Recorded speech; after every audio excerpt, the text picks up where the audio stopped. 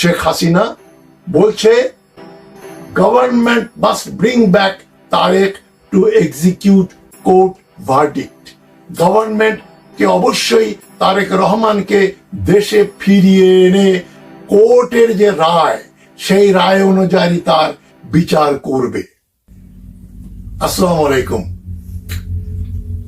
সারা দেশের মানুষ এবং বাংলাদেশিরা, দেশের বাইরের বাংলাদেশিরাও আপাতত এমপি আনার হত্যা, বেনজিরের সম্পত্তি ক্রোক ও আজিজের উপর মার্কিন নিষেধাজ্ঞা জ্বরে আক্রান্ত।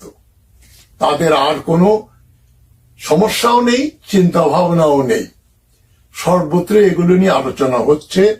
খবরের কাগজে খুললেই দেখা যায় এই সমস্ত খবর। তারপরে খবরের কাগজের অর্ধেকের বেশি ক্রিকেট এবং স্পোর্টস।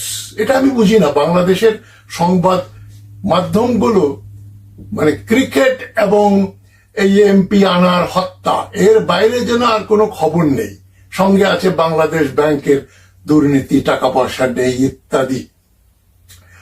অন্য কোনো ব্যাপারে জনগণেরও কোনো আগ্রহ আছে বলে মনে হয় না। তারা কতগুলো নন ইস্যু যেগুলো আমাদের জানারও দরকার নেই। এই যে তথাকথিত এমপি আনোয়ারুল আজিম আনার, তার হত্যা, তার কোন বান্ধবী বা নিয়ে হানি ট্র্যাপ করে তাকে কোন বিল্ডিং এ রাখা হলো, কত সুটকেস ভরে তার দেহাবশেষ, হাড় এবং মাংস হলুদ মাখিয়ে এবং কি কি মাখিয়ে বাইরে নেওয়া হলো, এই গালগপ্পে জনগণ বিভোর।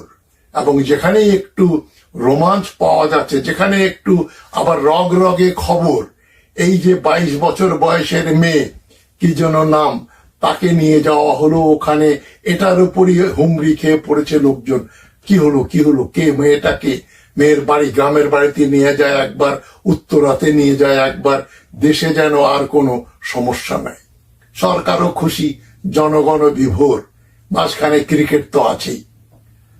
এখন বিএনপির মনে করেন অপহৃত সালাউদ্দিন আহমদ, বিএনপির যে মন্ত্রী ছিলেন, এমপি ছিলেন, তাকে যে 2015 সালের এপ্রিল মাসে না মে মাসে সাদা পোশাকে র্যাব কিডন্যাপ করে নিয়ে গেল ভারতে, তাকে রাখা হলো এখানে ডিজিএফআই নিয়ন্ত্রণে তিনি ছিলেন, খুবই কষ্টকর অবস্থায় একটা অন্ধ গহ্বরে।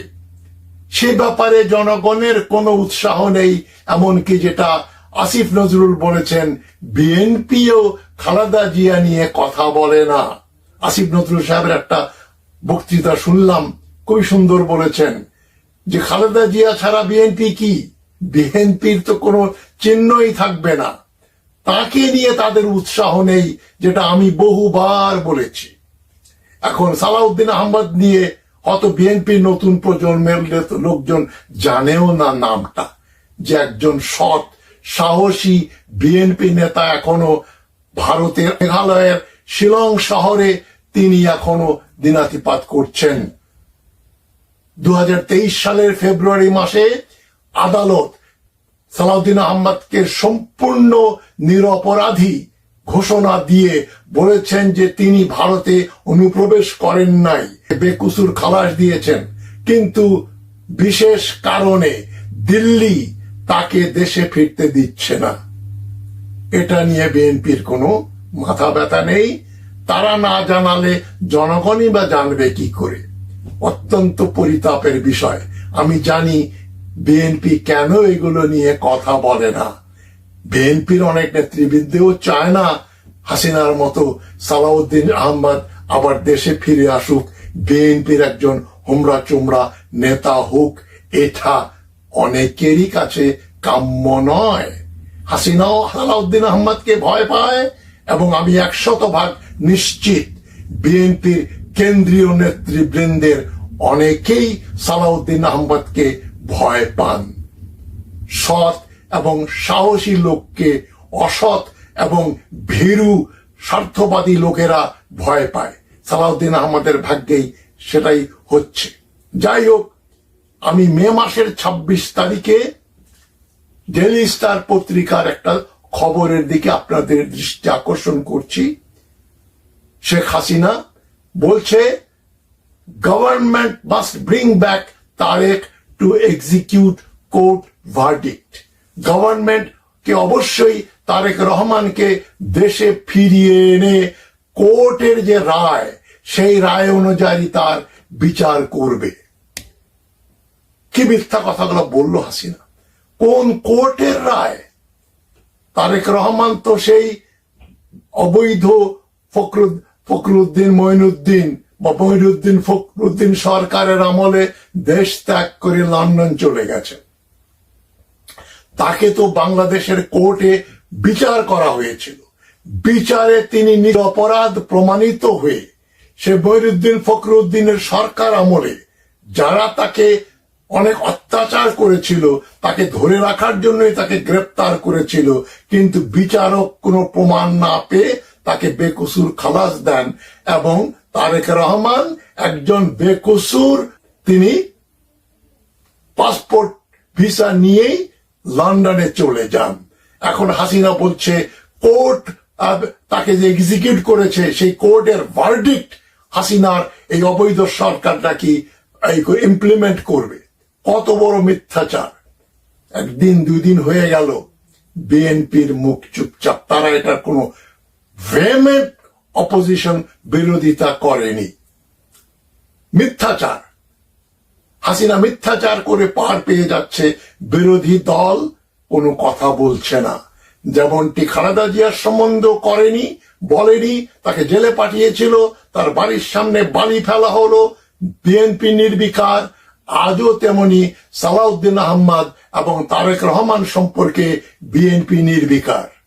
কারণটা জানতে পারি? কারণটা কি? বিএনপি নেতৃবৃন্দকেই যারা দল চালান ঢাকায় বসে তাদেরকেই দিতে হবে। আমি বিএনপি করি না, তবে দেশের একজন নাগরিক হিসাবে, আমি জিয়াউর রহমানের একজন সমর্থক হিসাবে আমার 100% অধিকার আছে, আমার জানার অধিকার আছে যে কি ঘটছে। আপনারা কেন চুপচাপ? এবং হাসিনা এই যে তারেক রহমানকে ফিরিয়ে আনার ব্যাপারে যে কথাগুলো বলল, কোথায় বলল? গণভবনে, সরকারি বাসভবনে। সেখানে কি ঘটনা ঘটলো? গোপালগঞ্জের কোটালীপাড়া ইউনিয়ন পরিষদের নির্বাচিত, তথাকথিত নির্বাচিত অফিস বেয়ারার, চেয়ারম্যান, ভাইস চেয়ারম্যান ও মেম্বারদের সংবর্ধনায় এ কথাগুলো বলল। প্রশ্ন ওঠে, গণভবন তো সরকারি বাসস্থান, সেখানে সরকারি বাতি জ্বালিয়ে, সরকারি এয়ার কন্ডিশন ঘরে, সরকারি টাকায় চা, মিষ্টি, সিঙ্গাড়া, হালুয়া, রুটি, বিরিয়ানি খাইয়ে এই আওয়ামী লীগের দলীয় তথাকথিত নির্বাচিত অফিস বেয়ারারদের সংবর্ধনা দেওয়ার কি কোনো অবকাশ থাকতে পারে? এটা কোনো দেশে ঘটে? হোয়াইট হাউসে কি মনে করেন প্রেসিডেন্ট জো বাইডেন তার এলাকার কেউ ওখানে ওই মেয়র হয়েছে বা ওখানে কাউন্সিলর হয়েছে, তাদেরকে নিয়ে এসে কি হোয়াইট হাউসে তাদেরকে রিসেপশন দেবে?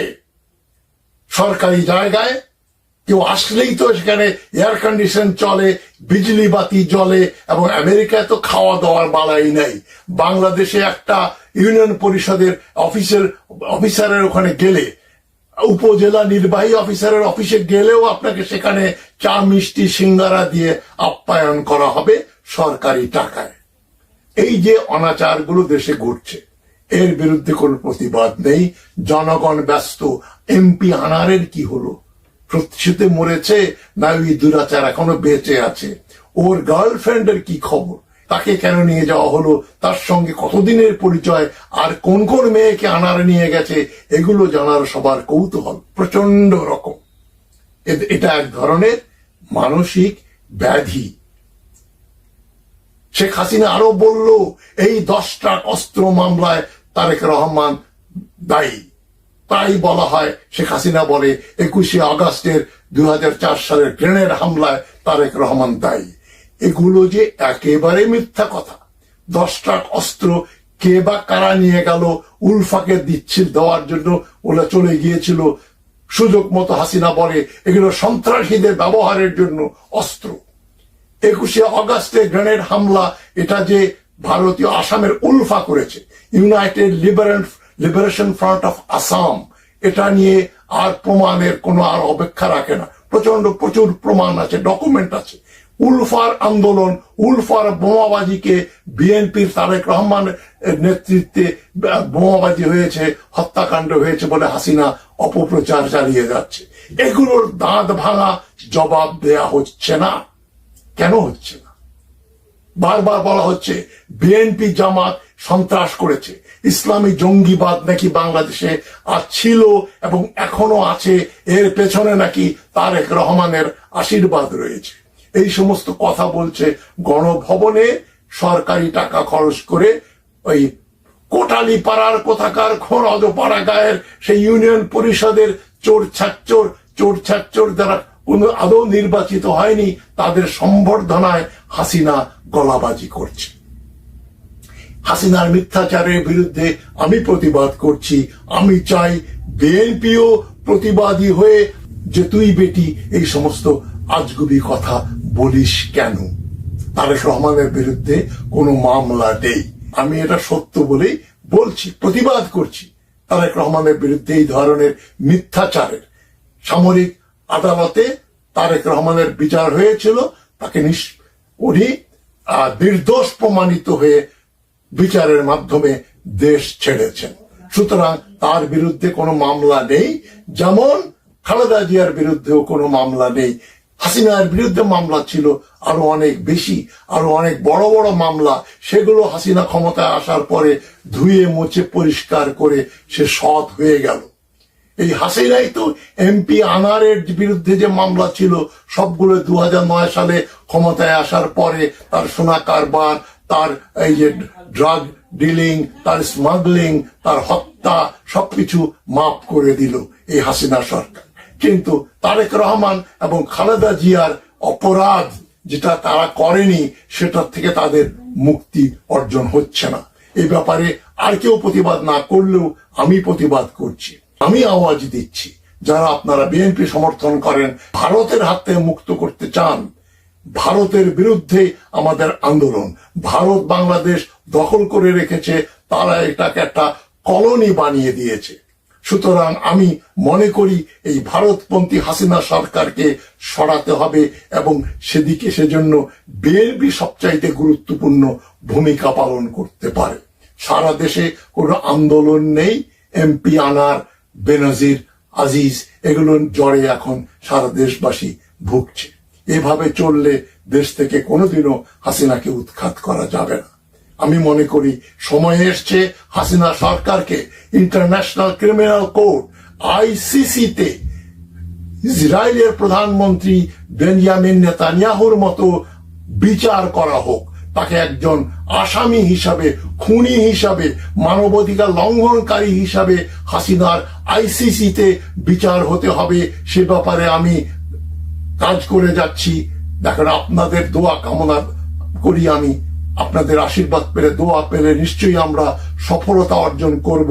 হাসিনাকেও আমরা ICC তে বিচার করব। তার মুখ চিরতরে বন্ধ করতে হবে। যে মুখ দিয়ে সে বলে বেড়াচ্ছে খালেদা জিয়ার দোষী, উনি টাকা লুট করেছেন, তারেক রহমান অপরাধী, এগুলো যেন আর সে বলতে না পারে।